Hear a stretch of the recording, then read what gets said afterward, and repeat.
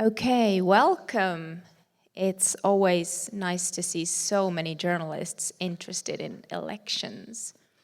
But you're warmly welcome, everyone who made it this far. We have some interesting talks, some a little more techy and some a little more into the journalistic content today, and this will surely be worth your while here, because we have three guys talking about how to make elections a success in journalism and how to get millions of people interested in your content. There's this guy here right next to me. He's Fredrik Loren. He's from the Swedish television, SVT. He's an editor in special projects. He will tell you a little more in depth about himself when it's his turn. And then we have Magnus Bjerre from Denmark. He's actually a Night Science Journalism Fellow at the moment in MIT, but he works in TV2, Channel 2, was it? Yes, in Denmark. And he's been covering elections there. And then there's, last but not least, my colleague from the Finnish National Broadcasting Company, Teemu Tebest. He's a data journalist. But I think you all want to get this show on the road, so I'm going to stop talking and give the mic to Magnus. Well, hello. I've been looking really forward to doing this. Is there an echo on the mic or something? You're good. Okay, it's just up here. Okay. How many of you are involved in election coverage back where you come from? Okay. And how many of you are from Scandinavia, the Nordics, or Europe? Okay. A few of you, yeah. Okay, yeah, but this talk is mainly about showing the best stuff we did, and we did some on a very limited budget. We did some things that I'm really proud of, so I'm looking really forward to that. And the point is to show you some things we did, so you might be inspired for the midterms or coming elections. Well, a bit about me. Yeah, I'm a Knight Fellow at MIT right now, but I work as a journalist and digital project manager back home in Denmark. I'm also the president of the Danish Online News Association, and I was in charge of our digital election coverage. So I basically did all the preparation from budget to ideation meetings and everything in between. And why are we talking about this election? We are talking about it because it was the biggest day ever at TV2 Denmark. This is from the election night, but it was actually the day after that was the biggest in Denmark. We have 1.3 million users, and remember that we're only 5.5 million Danes. So it was a big day for us. It's about a third more than we have on a regular good day. And it might have been because the election was kind of dramatic. This is from Vejle, where the guy who thought he was going to be the mayor is coming out of the negotiation room, throwing the proposed deal. So I'll cover 3 of our most popular election services and 2 that didn't make it as far. And I might have some feature storytelling as well. And if you have some follow-up questions or didn't understand something, you'll have a chance to ask me, like right after the presentation before we continue with Fredrik. But this is our 3rd most popular feature. It was our live updating mayor overview. It basically showed the new mayors as the information came in. But it wasn't anything we had planned on doing. in Denmark, we plan our election coverage months in advance because we never know when it's going to be. But a week before the actual election night, one of the reporters asked us how we planned on showing all the new mayors. And we looked at each other and said, fuck, we didn't think about that. So we have to come up with something really quickly, and the editorial development team where I'm in put this page together in, I think it was in less than half a day's development. And it was only possible because we basically combined two tools we already had lying around. The first one, the left one, is Data Wrapper. It's a kind of cheap German data visualization tool that we're subscribing to. It's really easy to use. And the other one is the Mosaic tool. It's an in-house tool we built some years ago, where you can basically put in images and let the users press an image and it'll expand to give them more information. And we combined those two tools on a page and had the reporters updating it during the election night and the coming 3 days, because that's when the parties decide who's going to be the mayor. And it's basically more bloody than House of Cards, because the posts are switching all the time. It's a real mess, but really interesting to follow. And the second most popular thing we did was our mobile-friendly results page.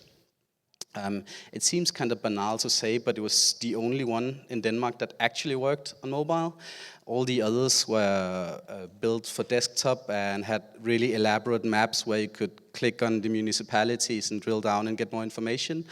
Ours was really simple. It just showed the distribution of the votes, and you could go into your municipality or even the polling station. And we did a lot of work testing the structure behind it, so we could handle all the traffic we got on the election night. Actually, a week before the election, we found a small bug that would have taken down our whole site if we reached the amount of traffic we got. So I think it's maybe the page that we do the most debugging on at every election is the results page. And the reason why I'm focusing on the mobile-friendly part is that we had more than 86% of our traffic on this page came from mobile devices, which is a bit higher than our regular traffic distribution. We also added a little thing. I'm sorry I can't show you because it was only on when it was live. It's just like a small counter that counted down until the next update from the server. It showed the audience that the results page was live and continuously updated, so they didn't have to press a file all the time. They could just stay on the page if they wanted. And I think that's why they also stayed longer than they used to do. But the most popular feature we did with millions of page views was our candidate test. It's basically us asking all the candidates a set of political questions and then letting the users answer the same questions, and then we'll calculate which candidates they line up with the most and show them. You can see somebody answering the questions.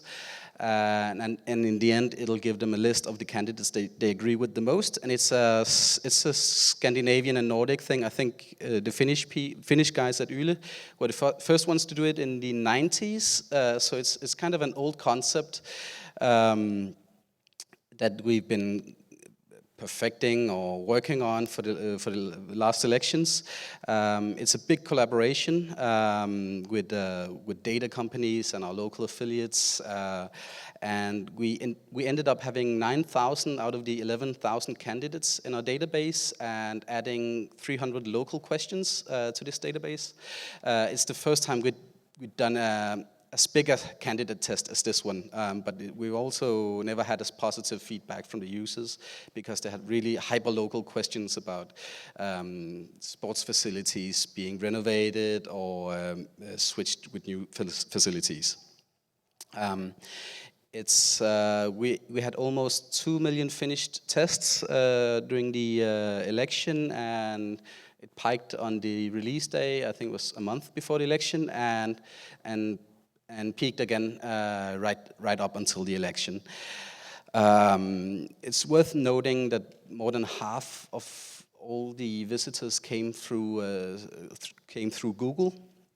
So you can see the small bumps. Some of them are actually our competitors mentioning their candidate test on TV, and then the users Googling candidate test and finding ours instead. So it's something to keep in mind, that SEO traffic is important for stuff like this. This is a group of students coming to our office. We have students coming in all the time, and there's no sound on it, but I'll show you the video because it's in Danish. I'm asking them how many took a candidate test. That's almost all of them. I asked them how many took our candidate test. Again, almost all of them. And how many didn't take a test at all. And that's about 3 people. So it's really popular, especially among the youngest of our audience. We also did a survey that said that I think it was 65 or 80% of the 18 to 30-year-olds used our candidate test. And I think Frederick has some numbers from Sweden, but it's basically everybody is using a candidate test during an election in Denmark. But what we didn't do as well as we hoped was that we didn't anticipate how difficult it would be to pull out the data from our test when we did our latest test. So we basically had the engineers almost go down the server room and pull the log files out and clean them and send them back, while they were also building the election page. So we only had time to do a few articles about the mountain of data we were sitting on. So we'll do it differently the next time. But as you can see, the candidate test peaked on election day. People like checking the candidates one very last time before voting. But then the results page and the mayor overview took over the day after. And I think they all had one thing in common, and it's that they answered very simple questions like, who should I vote for, who's winning, and who will be the mayor? And that takes me to the key takeaway, that our biggest projects should always try to answer really simple questions. And it should be questions that most of our users have, and it should be burning questions. Because we had a lot of other really successful things, but I think that this is the thing that's special for the 3 biggest successes we had. We also did a lot of feature storytelling, where we focused on the storytelling in long-form articles with main characters. We also sent one of our famous war correspondents into the countryside to talk to regular people. I'll just skip one slide, but mention that we cut our article production by 30% in a year and raised our users per day by 18%. And we took the same mentality to what stories we were doing during the election. So we tried to do fewer articles, but deeper articles. And the last minute I'll spend covering some of the things that didn't become the hits that we'd hoped for. We did something we called a community radar, which is actually inspired by a project that Timo will be going a bit more into. It was a huge success in Finland, but not as big in Denmark. It was basically based on expert input. We collected 31 data sets about all the municipalities, and then we calculated ratings in 4 different categories to basically tell the users how their municipality was doing. And you could drill down and see the star rating and compare it to the neighboring municipalities. It was like a medium success, but it didn't take off as big as we had hoped for. And I think it's because in our design, it was too hard to find the actual stories in the data. Plus, there weren't any surprises. The richest municipalities had the best schools and the best theaters and so forth, and it might have bordered on data porn. Another thing that didn't work as well as we had hoped for was this thing called 3 things that can affect your election. It was, again, a collaboration with our local affiliates where their political reporters wrote 3 short stories about what might become the main themes of the election, and it was used a lot by our national reporters that didn't know anything about the municipalities they might be driving out into. But because we had 98 municipalities, we had to do it so early that some of the stories kind of felt dated and wasn't as relevant when we published. So I guess that's why it might not have worked with us. I think that's it. If you have any follow-up questions, something that didn't make sense, you have time now. Otherwise, I'll just give the mic to Frederick. Yeah, one question? Yeah?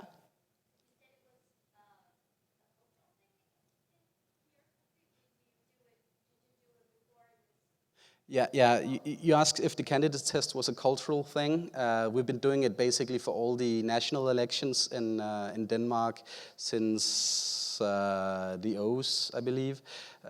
This is the first time we've done it on a local election because there's so many candidates. So we had to figure out a new way of getting in touch with so many people, but it's been done in Sweden, Finland, Norway, Germany, Switzerland, Belgium, and the Netherlands, I believe, and probably also other places. But yeah, we've been... Questions? One of the local questions was, should we renovate the sports facility in this little town, or should we build a new one in this town? So it's like hyper-local stuff, or should the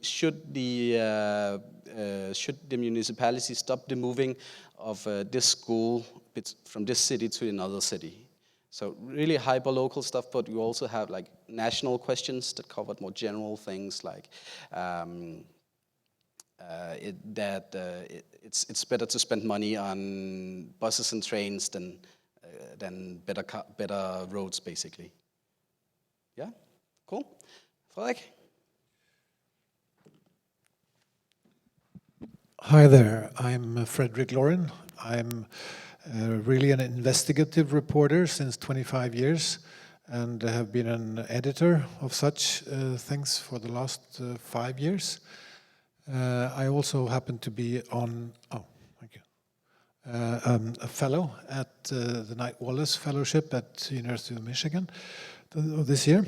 So I'm also a happy person in that sense. It is very interesting to be here and to be able to focus on some of the things in your when you've been to be able to be specialized for a little while. Anyway, which one is the forward? This one. That's me. The Swedish election is. I'm going to talk about 2 things. One is the PolitiFact Sweden, which I was the editor of for 4 months. It was really a quick start this spring, and we ran it all through the summer until the actual elections, which timed a week ago. But I'll first start talking a little bit about our election compass. But that's just because I think you're interested, not that I know so much about it. I didn't run that one. It was Christopher Sjöholm who was the project manager for that, and I'll leave his address at the end. So if you have any specialized questions that these guys can't answer, I mean, bring them to me, but I can't answer them, possibly. But it's a very interesting thing, the election compass. It has worked out very, very well. We saw already in 2014 what Magnus said, that this is something that's very, very popular with the users. They need the guidance. And it also increases election participation, which is, of course, a huge goal for us as journalists and for our society. This is even documented by academics, so it's not just me making it up, but it has been researched on. Oops, I did something. And maybe I turned it off. Yeah. Well, we are 9 million inhabitants in Sweden, and of those there are about 7 million who are eligible to vote, and 5.4 million out of them did our Compass. And our Compass was by far the biggest one. We're Swedish television, so we're the biggest media company. But there were 3 or 4 other Compasses as well. So really shows how important a tool like this has become for the voters. The cost was about $1 million, which I don't know what you think, if that is a lot or not a lot, but as the project manager Christopher said, it's like the budget for a mediocre magazine program on our television station. So it's not a lot of money comparatively. The challenge was that we have 3 elections: municipal, 250 or something, or 290, and then we have 23 regional, and then we have the parliamentary elections at the same day. So there's a lot of candidates, and it's a lot of different issues. You know, it's healthcare on the regional level, it's that sports facility on the local level, and then it's the big question that we had in this election: are we going Trump? Are the far-right party, Swedish Democrats, who didn't exist 2 elections ago? They did not literally exist. They were not in the parliament.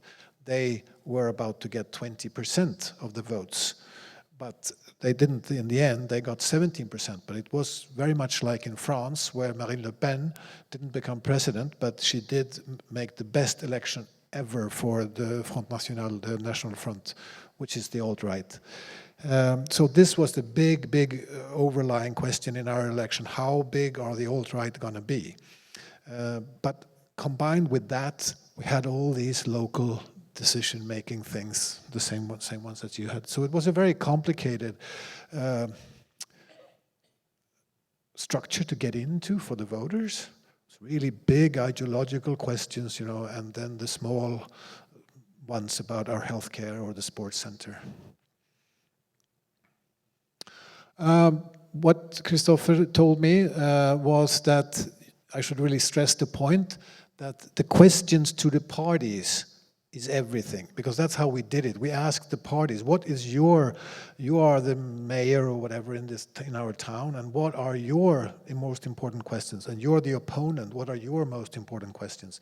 And by getting 2,500 people, all over the politicians, candidates, to answer questions about this, or at least try to get them to answer questions, we could build a database, or Christopher could build a database, where we could then sort the questions on how important they were and make those questions become the compass in the end. So it's really, the questions really come from the politicians or the political parties. That was the idea. But it didn't always work, because they don't answer. And then you have to make up the questions yourself. And how do you do that? Well, you have to dive into the local politics and find out, you know, what is this issue about the sports thing? But you can't do that in 290 municipalities. So we work together with the local news, not agencies, news outlets, newspapers, radio stations around in Sweden. So they gave us input to what were the important questions, so that we could make the compass more valid on a local level. And in return, which I will come to also, we gave away the compass to them for free. So competing news outlets, commercial newspapers, regional newspapers could use our compass for free. We had a team about 20 people working for several months doing this, just to give you an idea of how much man hours it was. This is how it looked. So they made it approximately 30 minutes to answer these questions. And there was also, you see the smileys down there, that was a way to weigh the importance of the questions, so that the sports facility and the new fire station didn't get the same. You might think that it's more important to have a new fire station than a sports facility. Well, then you can weigh your answer there. So that was an important added value to this compass that we didn't have on the last one.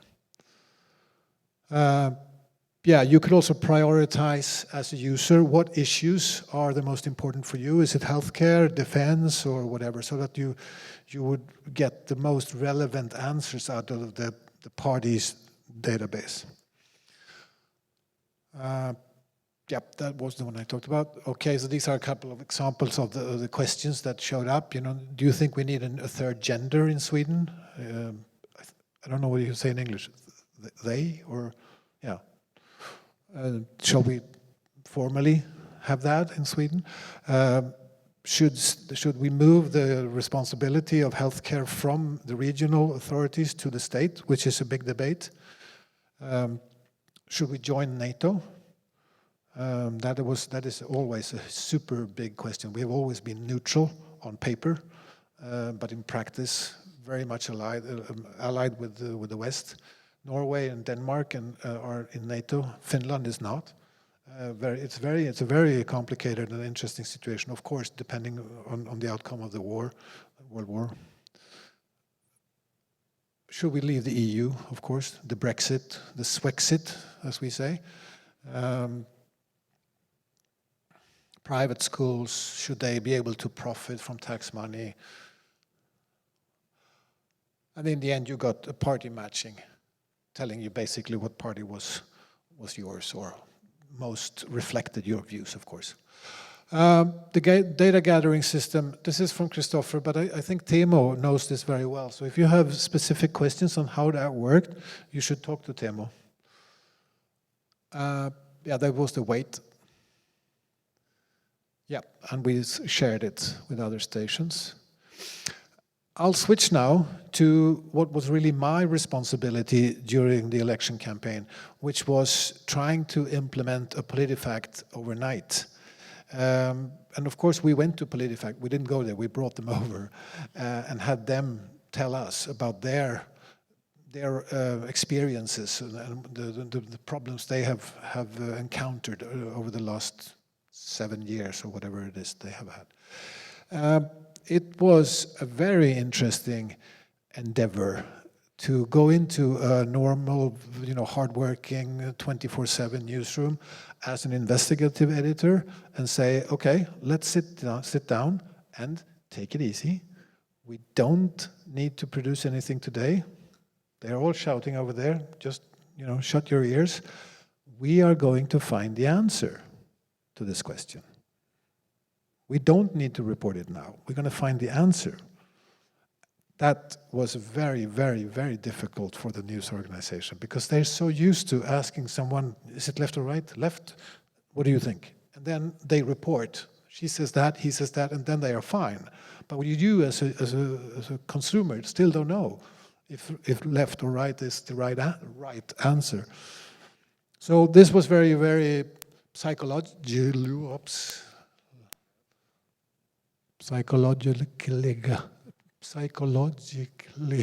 interesting.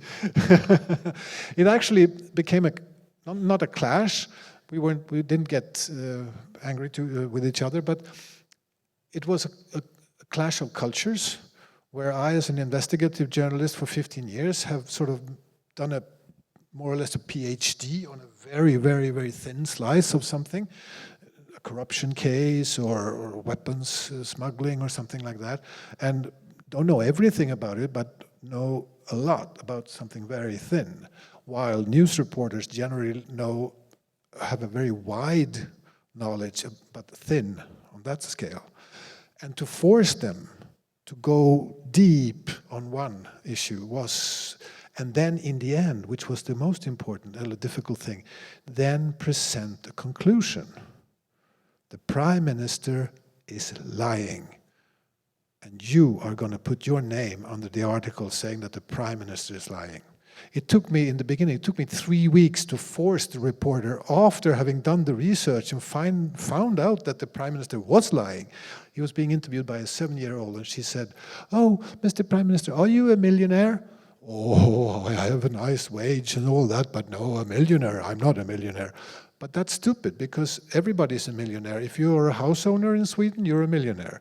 And it only took us a couple of days to realize that, of course, the guy is a millionaire. So he was lying in an interview that was widely broadcast. That was a sort of semi-official. She was sort of acting as a journalist, a young journalist, this 7-year-old. It was a very smart and good setup. But he was lying. But I couldn't get the reporter to put her name under it. Because we're not supposed to say that they are wrong. That was very interesting. It was a clash of cultures. But the interesting thing is that you have to remember that there are facts out there, and the public have a right to get them. They don't only have a right to know what she says and what he says. They are also entitled to know if the earth is round or not. And you can find that answer, and you can make conclusions. That's what journalism is all about. So don't go academic on me, which a lot of the fact-checking initiatives have done. And I think they sometimes, they go off the road because they become like academics, and they dive into the problem so deep that they say, "Oh, there's nothing here. The earth is okay, it's sort of roundish, but it's not exactly round, so I can't say round." Well, say round, for God's sake. I mean, that's what the audience needs to know. Is it square or round? To do this and to be able to make a decision or a conclusion in the end, the definitions are everything. The definition of what is false, what is true, and what is pants on fire, and all these things. And make the definitions as short as possible. There was like a whole academic discussion first about how these definitions were, and people were talking for weeks, and the definitions became 3-4 lines long on each of them. And then what you found out was that you sat there and you were trying to use these long definitions on the fact of the Prime Minister having said this or that. And you ended up with very, very hard, difficult decisions based on what was really a fairly superficial discussion, that you had a theoretical discussion that you had in the beginning, which really had nothing to do with what the audience needed to know. So make it short, make it simple. Otherwise, you will keep talking. I have 1 second left. So this is just an example, which I think was good. Oops, cancel. Dismiss. The Greens were some of the most forward-looking and least focused on bickering between the parties. They were focusing on things like climate change and the need to invest in high-speed trains and things like that. But they still made the enormous mistakes of doing stupid things like this. This is one of their posters in the elections. We need to act now, nu. The climate can't wait. And then they show a picture of a polar bear who is struggling because he can't find food because the ice is melting, which is totally wrong. The polar bears are fine. They probably will suffer in 30 years. Because then the ice have melted and their way of life have changed, and they move their habitats, etc. But this guy is he's just sick. And that was very interesting. And it also, which will be my concluding point, is that you have to be. Oh, I have too many slides. You have to be consequence neutral. Is that an expression you use in English? No? You have to be neutral to the consequences. Even if you see that some people are basically have a good idea of what they are trying to say. I mean, climate change is happening, and we need to take steps to do that. You can't, you have to stop yourselves from sort of not pointing out that they are also lying. This might sound absolutely natural to you, but you do end up in these things when you are going down that very, very narrow sliver of information. So consequence neutrality was something that we really had to practice. Because in normal journalism, you can do it by asking a few more questions or ask you to enlarge on the subject, and you can say, well, maybe the picture wasn't so good, but climate change is really happening. But that you can't really do when you are fact-checking a polar bear, if he's okay, if he's just starving or whatever. I'll stop there, and I'm happy to talk to anybody of you of these experiences that we had. And there is Christopher's address if anybody is directly interested in how they did it with the 2,500 party officials, etc. Demo.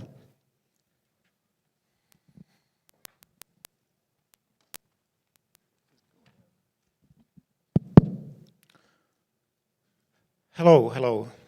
Nice to be here. I want to start with this kind of joke that I found online a couple of years ago.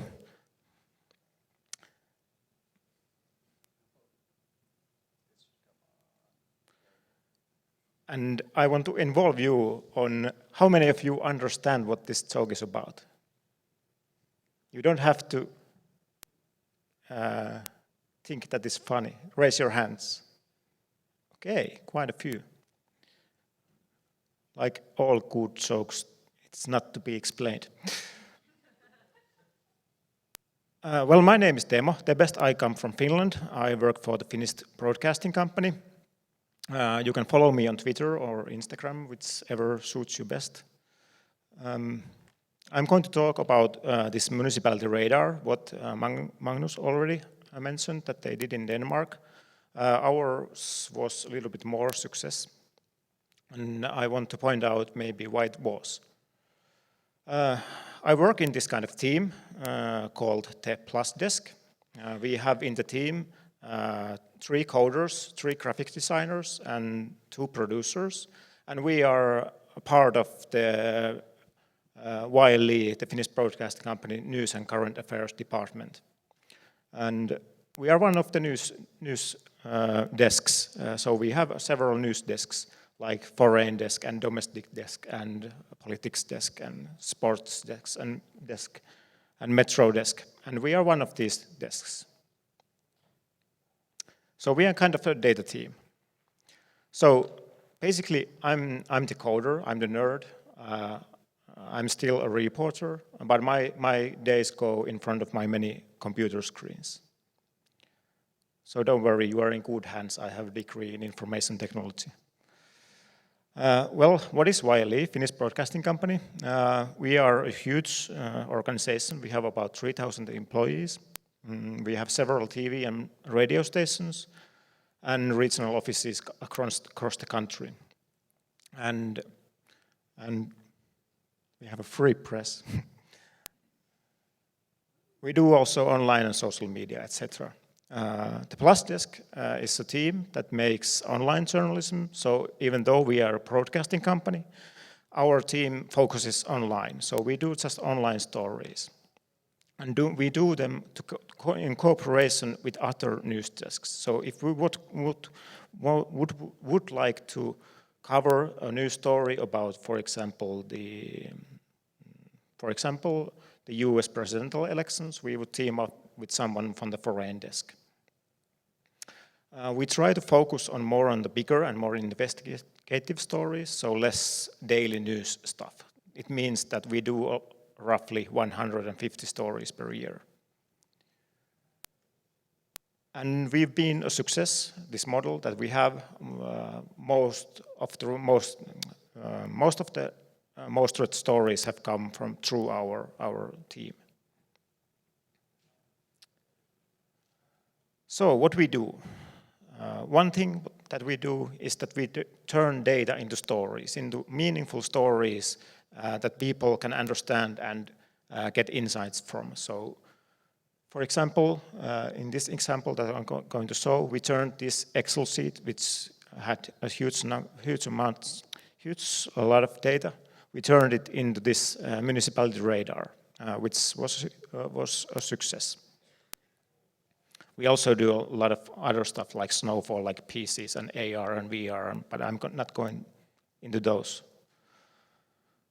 For who? We like to think that in a good way, that our audiences are not experts. They are just people who would rather drink beer, watch Netflix, or do anything else but consume news articles. I think that's a good way of looking at content, that you have to compete with these kind of things. So the content must be interesting and easy to adopt. It can't be like data porn, because no one is interested in that. I'm not saying that yours was.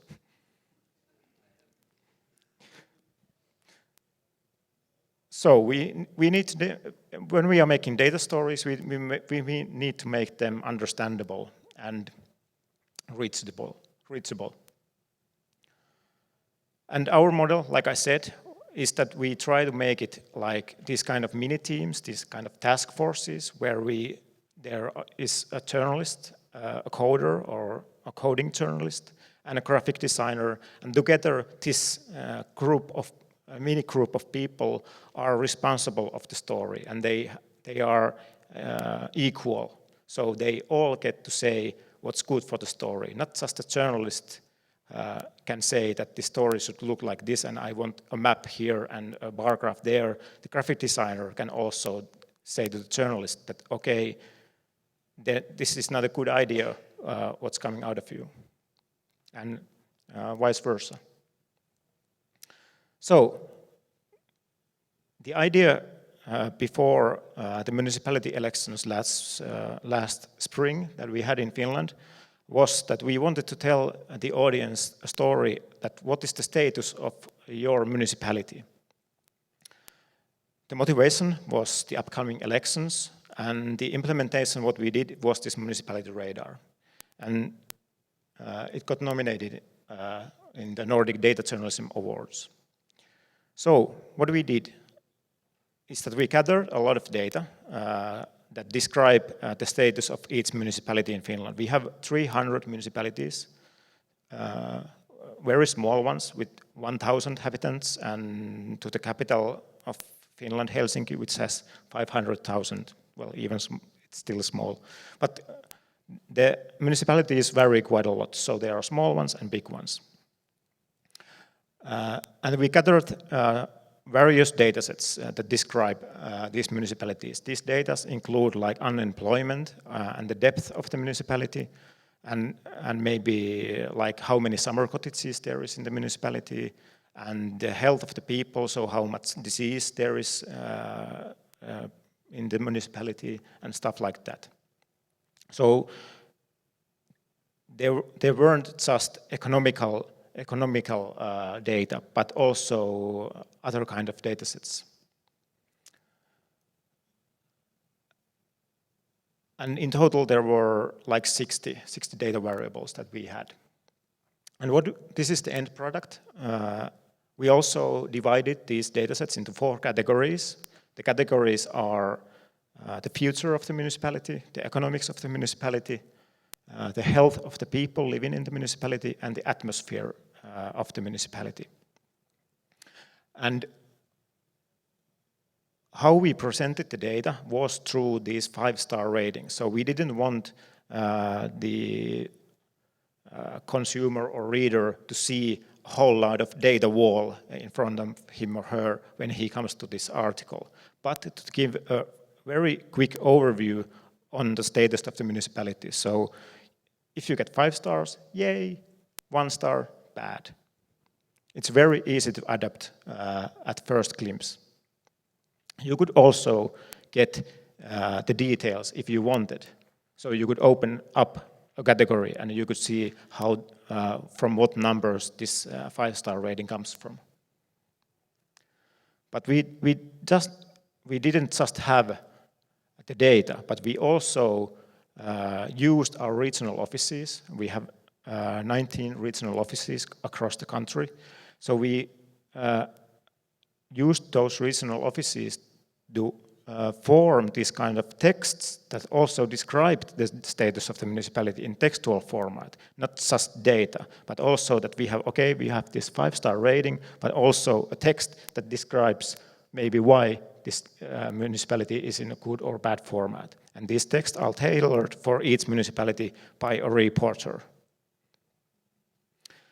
There was also, you could compare to the last or the current city council, what parties are now leading the municipality. So if you see that maybe the economics is not so good, you can see that, okay, this National Coalition Party or Green Party is in charge, maybe I shouldn't vote for that party if I would want the economics to go in a better direction.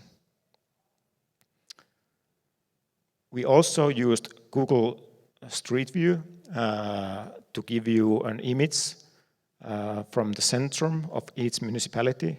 So you could get a familiar feeling coming into the article that I can see that I'm in this municipality looking at the data from this municipality. So also to have some kind of images, it helps you to get it like it's more made for me. We had also even more tailored text written for each municipality. And you could also compare the status of your municipality to the neighboring municipalities. So if I can see, for example, that my municipality's atmosphere is not that good, I can compare to the neighboring municipalities to see whether it's better there.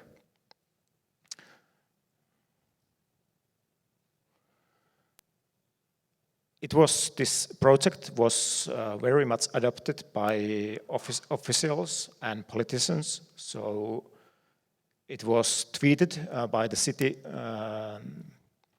the governor of Helsinki, or the head of Helsinki many times, and other politicians, the city politicians, referred in Twitter also. And I have heard also that this product or municipality radar, what we did, has also been used as a decision-making machine in the city councils. So actually what we did here was that we made a tool for the politicians to make actually better decisions. So I think that's quite good for us because we are a publicly funded company. So that's serving the public very well. Also, the audience liked it a lot. We got about 400,000 page views, which is very good for this kind of article. I think you can't say a number if you don't define the maximum and minimum values. So minimum is, of course, 0 page views. But maybe our most read article has gotten about 800,000 page views ever. So this was very popular. And currently we measure mostly the time that people spend in our articles, not just the clicks. And what we saw here, that people just didn't click in and went out, but they also spent time within the article and looked into the data that we had gathered. So people spent about 10,000 hours in the article in total. And I think here the ultimate maximum value is about 40,000 hours. So, and this is a story about municipalities, so not any celebrity story or anything like that. Why it was a success? I think these are some key points. It had the quick overview. It wasn't a data wall, but you could get a quick overview of the status of the municipality. You could get the 4-star rating, 5-star ratings. Okay, this is fine, I'm out. Or if you want more information, I can get the details on demand. And very important thing was that we had these personalized texts and also the familiar feeling through the Google Street View.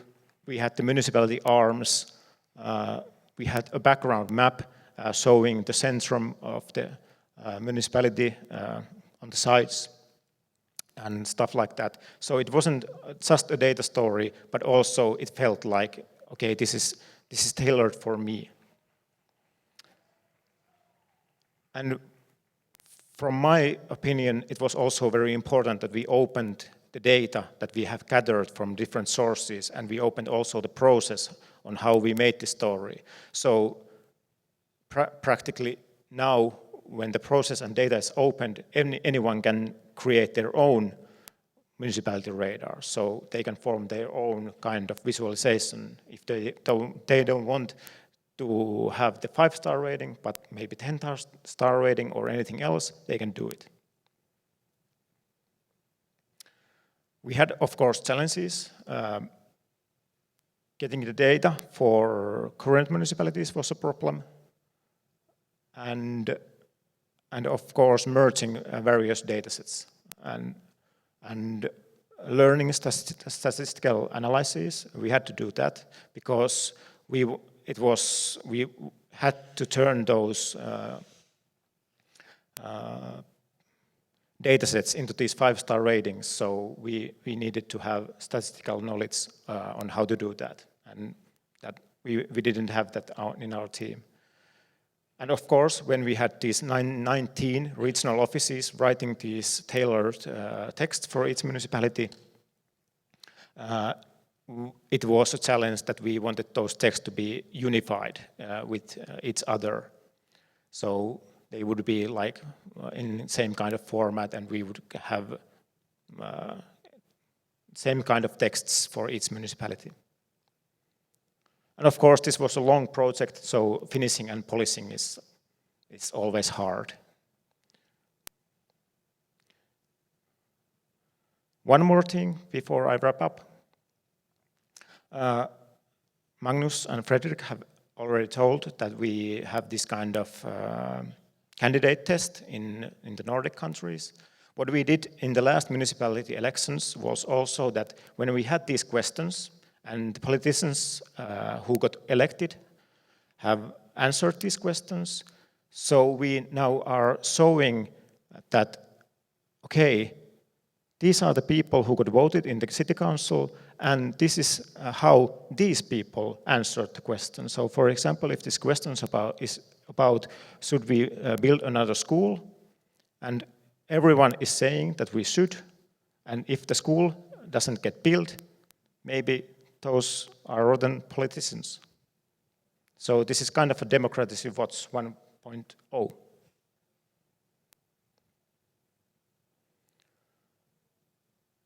Thank you.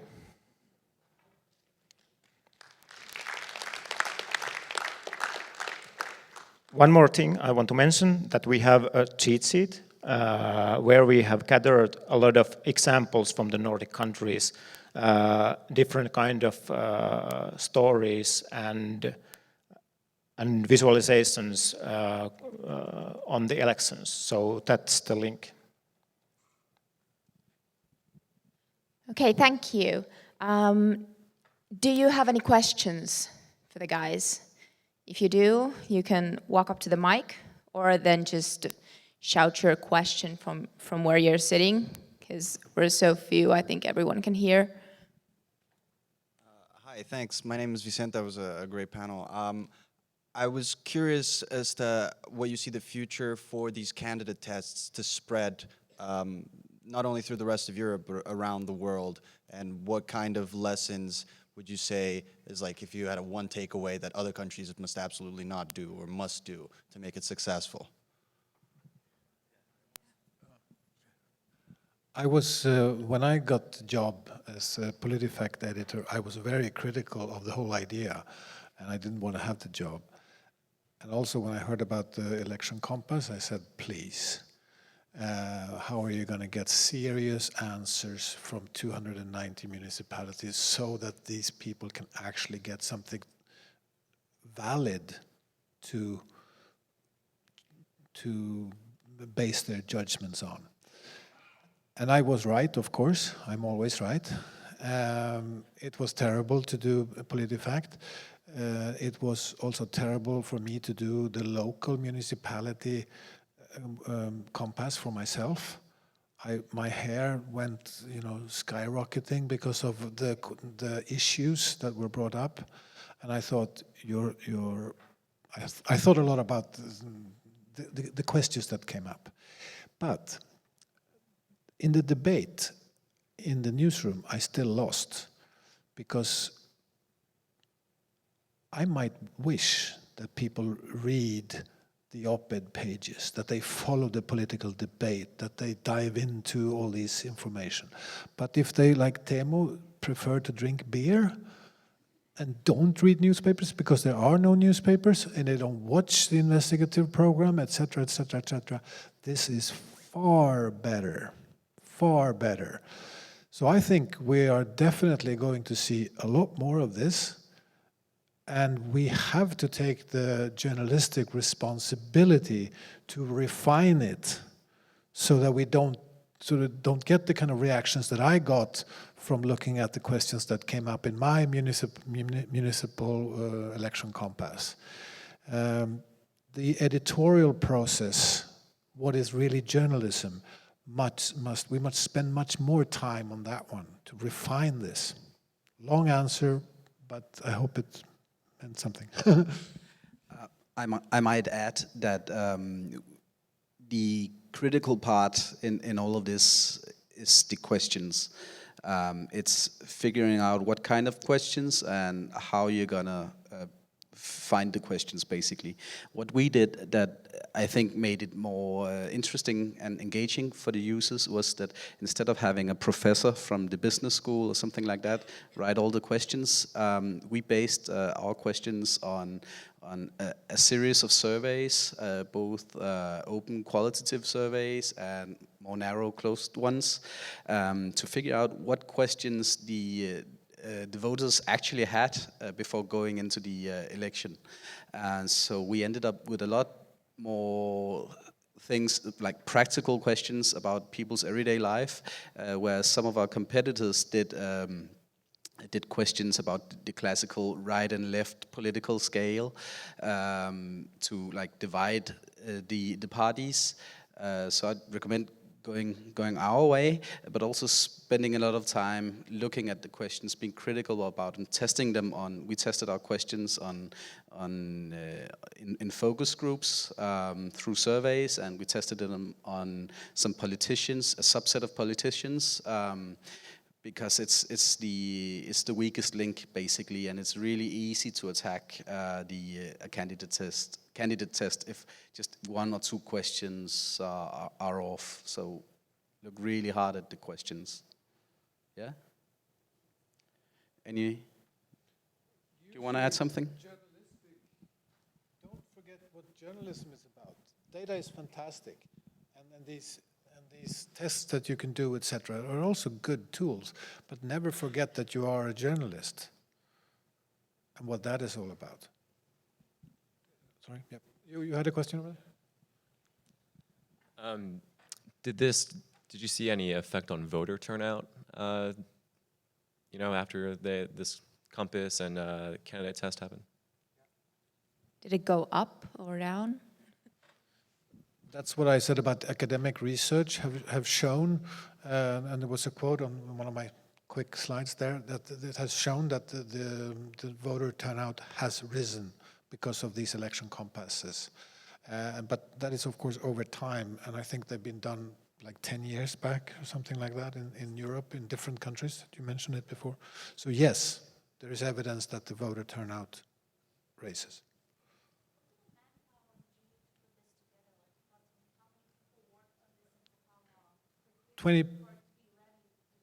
Twenty people worked for 6 months. The budget was $1 million, equivalent of a bad television program in our station. We spend way less. I can't go into specifics, but we spend way less. We repurposed a lot of the code from earlier elections. We had the tools set up, and we had a lot of people helping us doing stuff for free or for very little pay. We partnered up with a company to help us do the to do all the contact with the politicians, and we partnered up with our local affiliates to do the questions, and in exchange for that, they got the candidate test for free. So it's a lower dollar amount, I would say, that we spent, but it is a big undertaking. It's a lot of data, it's a lot of time contacting people, but I have some contacts that might be able to help you, because it's a company called Packle, and they want to like spread out of Denmark, and they're really good at collecting data.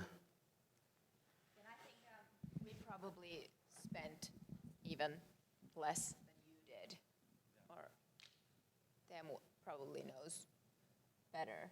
But yeah, because like he said, we usually have a developer, a graphic designer, and a journalist, and then we had was it like from every region, one journalist wrote the texts. So basically, I don't know if you counted money in any other ways than the pay that people get from the work they do basically every day. You also have to remember the alternative cost, of course. I mean, you would have spent a lot of time on the election anyway, so I was surprised that it was so cheap. And it's actually kind of cost effective, because you can see the numbers, how many people were interested in it, so you get your money's worth. Okay, I think the time is up. It's 6 o'clock. Thank you for coming out, and please share the cheat sheet. I think we are 22 examples of really great digital journalism from all over the Nordics. Thanks for coming.